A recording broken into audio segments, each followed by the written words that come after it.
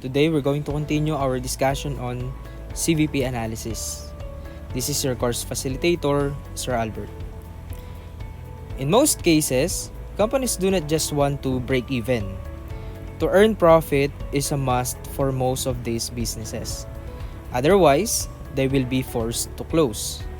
Using CVP Analysis, managers would be able to determine the needed sales to achieve a certain profit requirement. This profit requirement may be expressed in amounts or in a percentage form, such as target profit margin. To illustrate, let's answer the following problem. The selling price of a product is 4 pesos, variable costs are 2.5, and fixed costs are 4,600. Compute for the required sales level to achieve the following independent targets.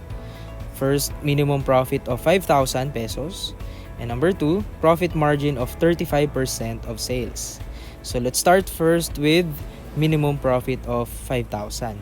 So the formula to determine the required level of sales in units would be fixed cost plus target profit divided by contribution margin per unit. So our solution would be fixed cost would be 4,600 plus the target profit of 5,000 divided by contribution margin per unit of 1 peso and 50 centavos. So that's the difference between the selling price of 4 pesos and the variable cost of 2.5. So the answer would be 6,400 units. Now, as to the required level of sales in terms of revenue, the formula would be fixed cost plus target profit divided by contribution margin ratio. So our solution would be 4,600 plus 5,000 divided by 37.5%. This is your contribution margin ratio. So 1.5 divided by 4, that is equal to 37.5%. So our required sales level in terms of revenue amounted to 25,600. If you were able to determine the required level of sales in terms of units, to convert these figures into sales revenue, all you have to do is to multiply this by the selling price, which is 4 pesos. Or if you have already determined the required level of sales in terms of revenue and you want to determine the required level of sales in terms of unit, all you have to do is to divide it by the selling price. So divide by 4 pesos. To check, okay, our sales would be 6,400 units times the selling price of 4 pesos. That will give us 25,600. For the variable cost, 2.5 times 6,400, okay, that is 16,000. So our contribution margin would amount to 9,600. Our fixed cost will remain the same at 4,600, and therefore our operating profit is 5,000. So the required level of sales in terms of unit should be at least 6,400, and the required level of sales in terms of revenue should be at least 25,600 to achieve the minimum profit requirement of 5,000 pesos.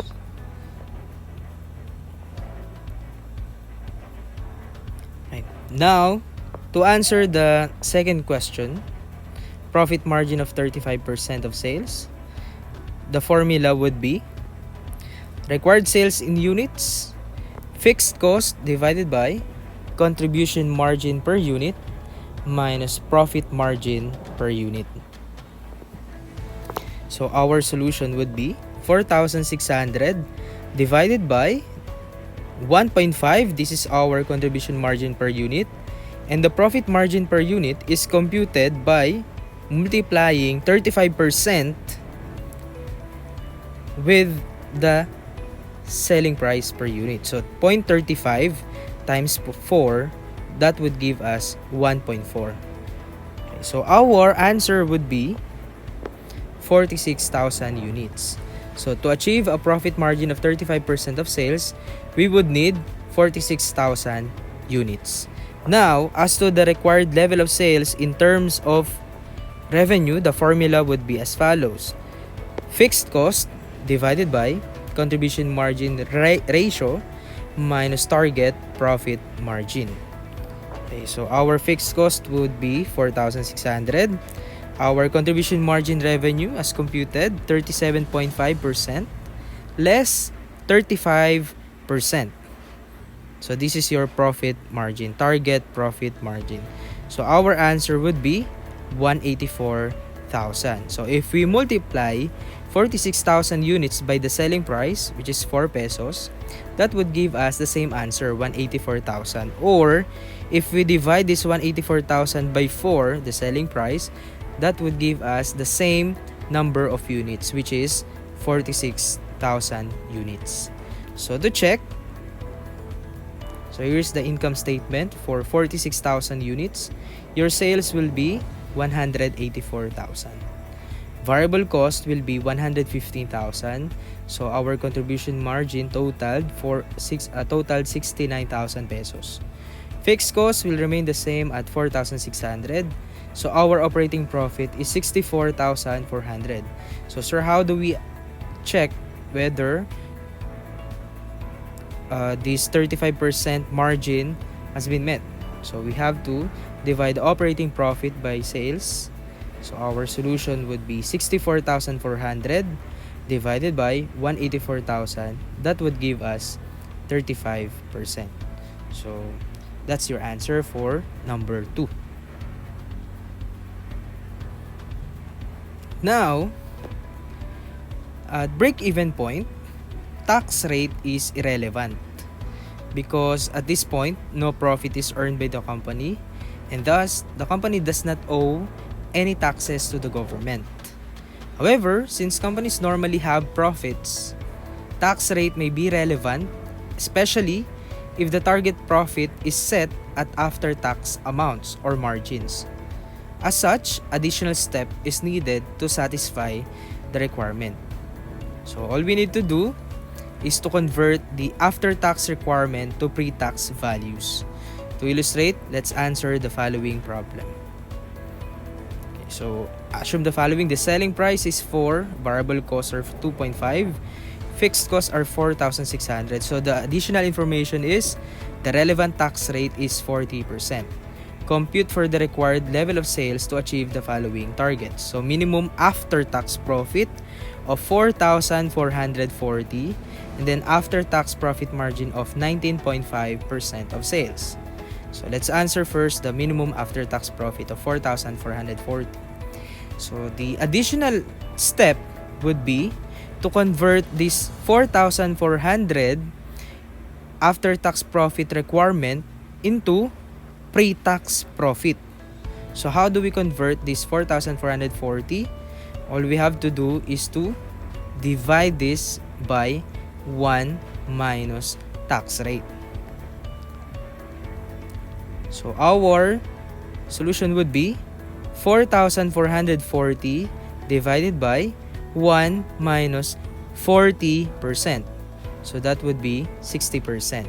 4,440 divided by 60%, the minimum pre-tax profit requirement would be 7,400.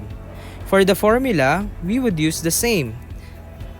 So the required sales level in terms of unit would be fixed cost plus target profit divided by contribution margin per unit.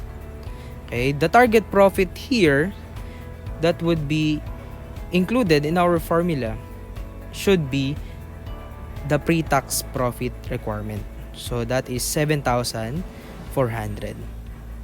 So our answer would be 8,000 units. For the required level of sales in terms of revenue, the solution or the formula would be the same also.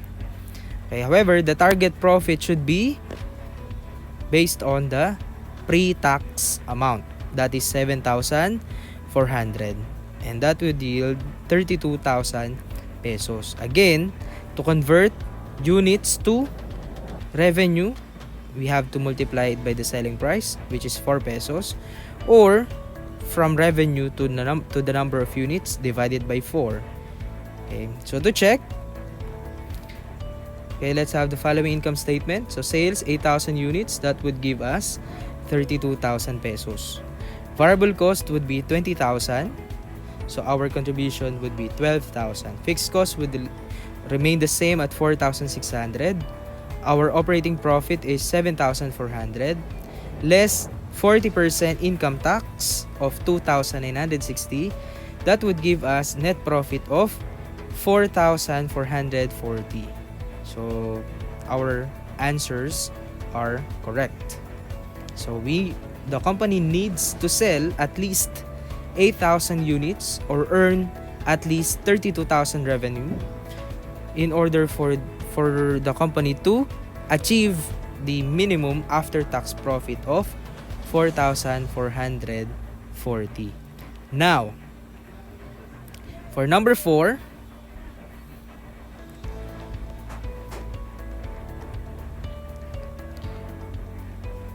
after-tax profit margin of 19.5% of sales.